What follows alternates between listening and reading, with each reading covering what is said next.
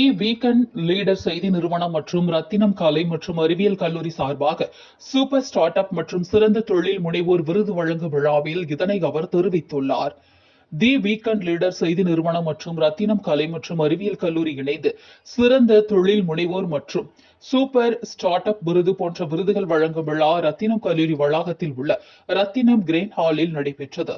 ரத்தினம் கல்வி குழுமத்தின் தலைவர் முனைவர் மதன் செந்தில் தலைமையில் நடைபெற்ற இதில் தி வீக்கெண்ட் லீடர் செய்தி நிறுவனத்தின் எடிட்டர் வினோத் குமார் கலந்து கொண்டார். ரத்தினம் கல்வி குழுமத்தின் இயக்குனர் சீமா செந்தில் முன்னிலை வகித்தார். செயலாளர் மற்றும் கல்லூரி முதன்மை நிர்வாகி முனைவர் மாணிக்கம் அனைவரையும் வரவேற்று பேசினார். சிறப்பு விருந்தினராக சென்னை உயர்நீதிமன்றத்தின் முன்னாள் நீதிபதி நீதியரசர் ராஜேஸ்வரன் கலந்து கொண்டு சிறப்புரையாற்றினார். அப்போது பேசிய அவர், நாம் செய்கின்ற வேலையில் கடின உழைப்பை வெளிப்படுத்தினால் மட்டுமே வெற்றியை தரும் என்றார்.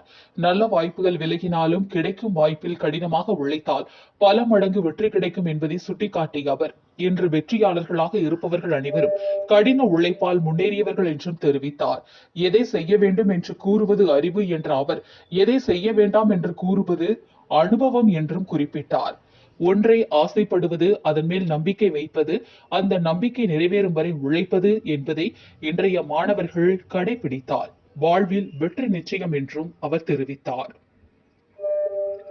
தொடர்ந்து நடைபெற்ற நிகழ்ச்சியில் சிறந்த தொழில் முனைவோர்கள் விருது கோவை பழர்முதி நிலையத்தின் நிறுவனர் நடராஜன் மற்றும் தலைமை நிர்வாக அதிகாரி செந்தில் நடராஜன் ஆகியோருக்கு வழங்கப்பட்டது.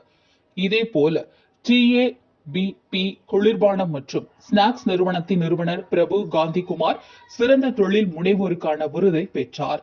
தொடர்ந்து சிறந்த சூப்பர் ஸ்டார்ட் அப் விருது பி லிட்டில் நிறுவனத்தின் நிர்வாகிகள் காயத்ரி, சூரியபிரபா, சக்தி பிரியா ஆகிய மூவருக்கும் வழங்கப்பட்டது. நிகழ்ச்சியில் தொலைக்காட்சி நிகழ்ச்சி தொகுப்பாளினி ஆர்த்தி, ரத்தினம் கலையறிவியல் கல்லூரியின் முதல்வர் முனைவர் பாலசுப்ரமணியன், துணை முதல்வர் முனைவர் சுரேஷ் மற்றும் துறை தலைவர்கள், பேராசிரியர்கள், மாணவ மாணவிகள் என்று பலரும் கலந்து கொண்டனர்.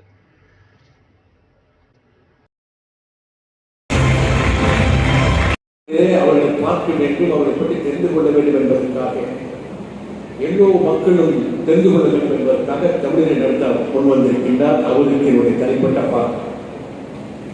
காரணம், இந்த விழாவானது வெற்றியாளர்களை, சாதனையாளர்களை பாராட்டுகின்ற விழா.